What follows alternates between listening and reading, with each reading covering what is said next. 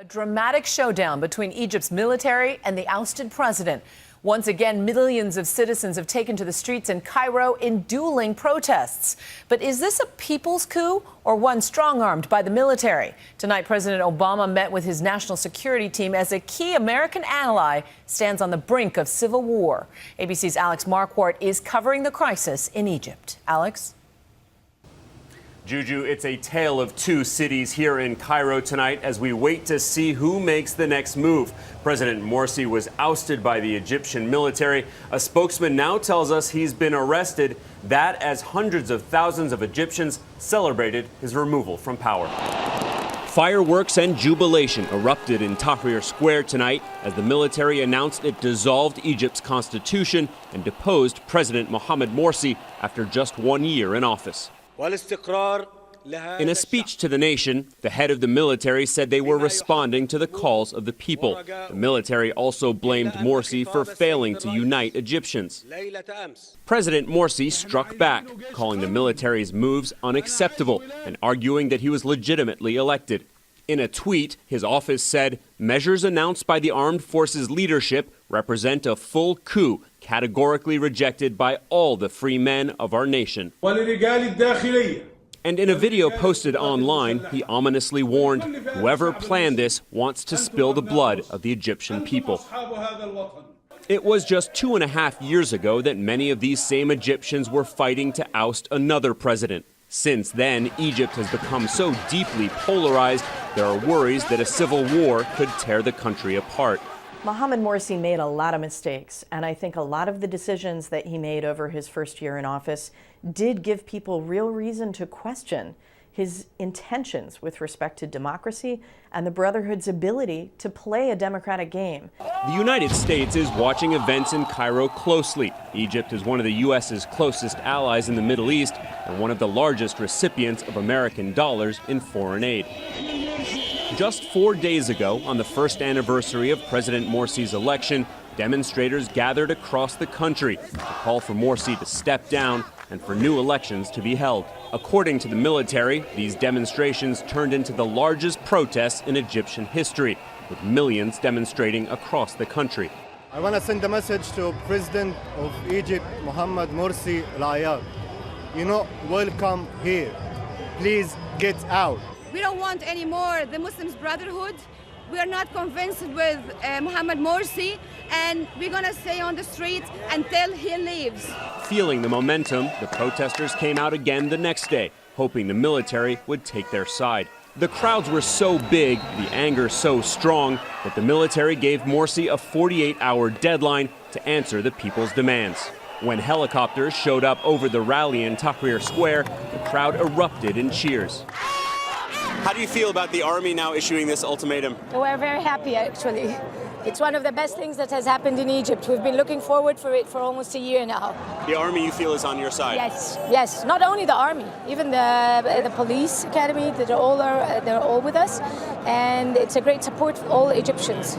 You'd like to see the army take over from the president? Yes, we do. If we see that he is trying, we will be on his back. But he is not even trying. He is doing everything for his Muslim Brotherhood group, not for Egypt, not for Egyptian. Since Morsi was elected a year ago, these Egyptians say their lives have only gotten worse. Order has not returned back to the streets. It's actually been much worse. The country is basically not functioning. I mean, there's no security on the streets. The economy is doing badly. I have much less purchasing power than I used to. My business is not doing well. Tourism, once a lifeblood of the Egyptian economy, has plummeted. The Nile River now empty of the traditional feluccas that once ferried tourists up and down the river. Gamal Abdelghani told us he used to give 20 rides a day. On this day, it was his first. How much money did you make this week? This week? This now is 10 pounds. Just 10 pounds? Less than $2? No working. The anti-Morsi faction also accused the Muslim Brotherhood, which Morsi belongs to, of imposing their Islamist values on Egyptian life and trying to control the country. They were doing it bit by bit. They were changing us. They were changing the way we dress up, the way we talk, the way we even deal within the society. Clashes have so far left 40 people dead in the last 4 days of protest. In a defiant speech last night, Morsi rejected the ultimatum and accused remnants of the old regime of hijacking the revolution and causing the unrest. Today, he let the ultimatum expire. As the hours passed with no word from the military, confusion and tension mounted. You have no idea who's running the country right now? Not right now, at this moment, we have no idea. Then came the announcement and an eruption on that famous square, the birthplace of one Egyptian revolution and now perhaps another one. This is the moment we've been waiting for 2 years and a half.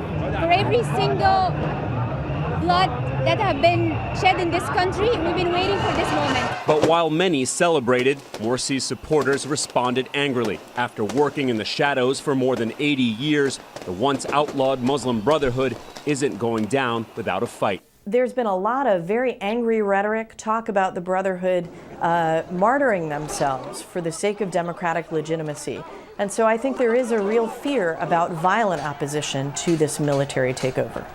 For days, Muslim Brotherhood officials have warned of bloody repercussions if the military tried to step in. Earlier today, a top official said that if Morsi were ousted, they would flood the streets with supporters. So even as celebrations continue late into the night on Tahrir Square, Egypt is bracing itself for more bloody violence. Juju? Our thanks to Alex Marquardt in Cairo. And now we turn to ABC's Global Affairs anchor Christian Amanpour, who joins me now with some valuable context. Thanks so much for being here. It's good to be here. Well, you were there in Tahrir Square as democracy took shape, and it was an emotional, historic moment. And yet you can't watch the events of the last few days and not wonder, is democracy failing in the Middle East? You know, Egypt is the bedrock of the Middle East. What happens in Egypt is likely to happen around that region. So everybody's closely watching, and of course it's a massively important US ally. It is a very young democracy. There are no political parties. That is why politics is happening in the streets. So you have President Morsi, who was elected, but is viewed to have failed to deliver on his promises. He didn't give them the economic wherewithal that they wanted. There's a lack of security, and he's viewed as tacking too far to Islamist base.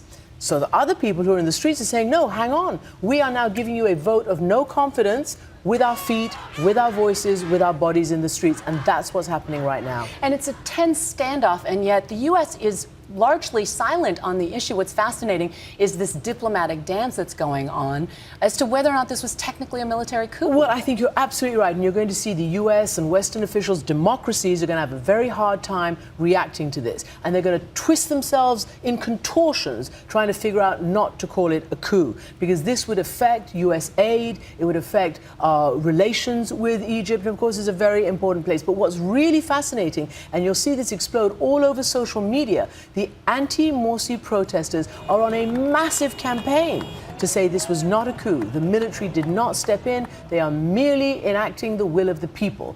Look, it's a Supreme Court judge who's going to be the interim. But let's face it, the interim leadership is going to be umpired by the military. So no matter what you want to call it, the military is in charge right now. And the question is what's going to happen tomorrow, next week, and next month. Fascinating to watch events unfold, and always grateful to have your insights. Thanks, Christian. Thank you, Juju.